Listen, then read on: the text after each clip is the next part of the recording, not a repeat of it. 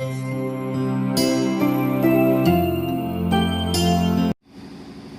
morning students. I am Sulen Prajapati. I am going to start class 8 Social Science Constitution. पिछले video में हम लोगों ने fundamental rights के बारे में पढ़ा था। आज के वीडियो में हम लोग फंडामेंटल ड्यूटीज़ के बारे में पढ़ेंगे। देखिए, जो फंडामेंटल ड्यूटीज़ है, जो मौलिक कर्तव्य है, वह हमारे कॉन्स्टिट्यूशन के पार्ट 4 में आर्टिकल 51A में है। यह जो फंडामेंटल ड्यूटीज़ है, यह सोवियत संघ के यहाँ से हमने लिया है, उसी कॉपी किया है। और हमारे मूल संविधान में फंडामेंटल ड्यूटीज़ का वर्णन नहीं था, लेकिन यह 42 अमेंडमेंट जो संविधान संशोधन हुआ था 1976 में, उसके द्वारा फंडामेंटल ड्यूटीज़ को जोड़ा गया। तो the fundamental duties were added to the constitution by the 42nd amendment in 1976।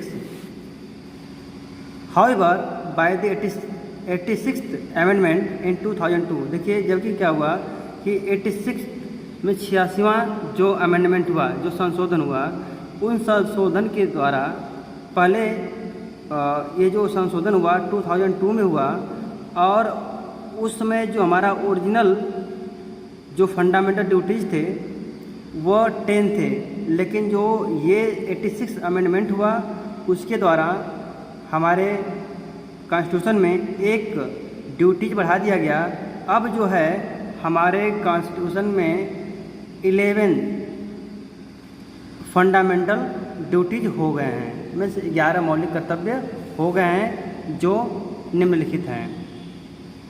To oblige with the Indian constitution and respect the national anthem and flag.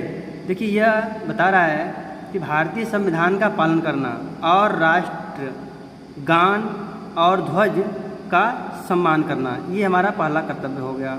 जो दूसरा कर्तव्य है, to cherish and follow the noble ideas that inspire the national struggle for freedom, में स्वतंत्रता के लिए राष्ट्रीय संघर्ष को प्रेरित करने वाले महान विचारों का पालन करना, और जो महान विचार हैं उनका पालन करना।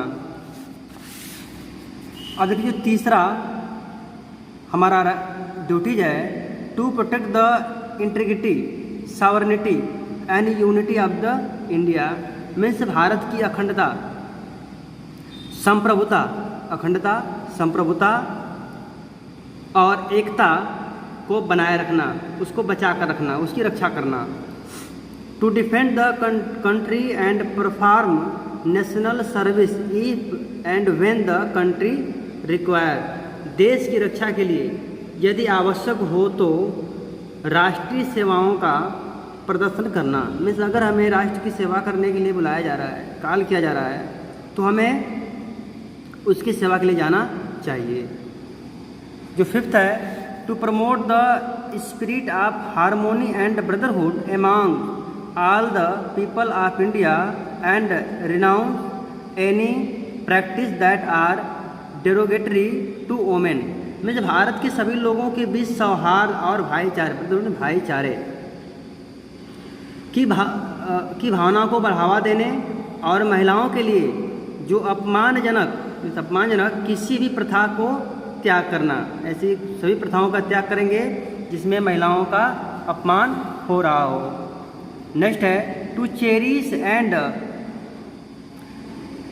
Preserve the rich national heritage of our composite culture, हमारी समग्र संस्कृति और समृद्ध राष्ट्रीय विरासत को संजोना और संरक्षित करना।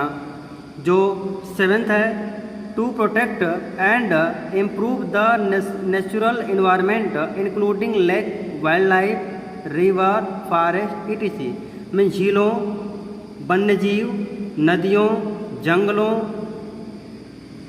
आदि सहित प्राकृतिक पर्यावरण की रक्षा करना और उसमें सुधार करना to develop scientific temper, humanism and spirit of inquiry, वैज्ञानिक स्वभाव, मानववाद और जांच की भावना विकसित करना। To safeguard all public property, हमें सभी सार्वजनिक संपत्ति की सुरक्षा करना चाहिए। 10th है to strive toward excellence in all genre of individual and collective activities, हमें व्यक्तिगत और सामूहिक गतिविधियों, इंडिविजुअल और कलेक्टिव जो एक्टिविटीज है के सभी शैलियों में उत्कृष्टता के लिए प्रयास करना चाहिए। मीन्स हमें एक्सलेंस के लिए प्रयास करना चाहिए। ये तो 10 हो गए, लेकिन जो हमारा 11th आर्टिकल जो हाल में ही जोड़ा गया वो है to provide opportunity for education to children between 6th to 14 years of age and duty as parents to ensure that such opportunity are being awarded to their child। देखिए इसमें जो पेरेंट्स हैं, हमारे पेरेंट्स का जो कर्तव्य यह है कि वह अपने 6 वर्ष से लेकर के 14 वर्ष के बच्चों को 6 ईयर से 14 वर्ष के बच्चों को शिक्षा के अवसर प्रदान करें और माता पिता के रूप में कर्तव्य यह सुनिश्चित करने के लिए कि उनके बच्चे को ऐसे अवसर प्रदान किए जा रहे हैं। ये हमारे हो गए फंडामेंटल ड्यूटीज। अगले वीडियो में हम लोग दूसरे टॉपिक को पढ़ेंगे। Thank you.